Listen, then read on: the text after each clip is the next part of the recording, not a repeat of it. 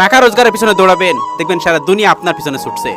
একটা সময় সন্তানও তার পিতামাতার কাছে বোঝা হয়ে যায়, আর চেষ্টা করবেন বোঝা হয়ে ওঠার আগেই সরে আসতে। কোনো কাজকে ছোট মনে করবেন না। উপোস করে বসে থাকলেও কেউ আপনার খাবার দিতে আসবে না। নিজের কথা নিজের ভিতর গোপন রাখবেন। মনে রাখবেন, যতক্ষণ আপনার কথা আপনার ভিতরে থাকবে ততক্ষণ পর্যন্ত আপনি নিরাপদ। কাউকে ভালোবাসলে কিংবা কাউকে ভালো লাগলে তার ভালো দিক কিংবা খারাপ দিক দুটোকে ভালোবাসতে শিখবেন। আপনি তার ভালো দিকটাকে ভালোবাসবেন আর খারাপ দিকটাকে ভালোবাসবেন না, এমনটা কিন্তু হতে পারে না। জীবনে বন্ধু বান্ধবের উপর কম বিশ্বাস করবেন। অনেক সময় আপনার ঘনিষ্ঠ বন্ধুরাই আপনার সাফল্যকে ঈর্ষার চোখে দেখবে।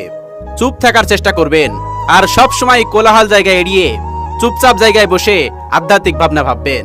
আপনাকে যারা ভালোবাসে তাদের সাথে ভালো সম্পর্ক বজায় রাখার চেষ্টা করুন।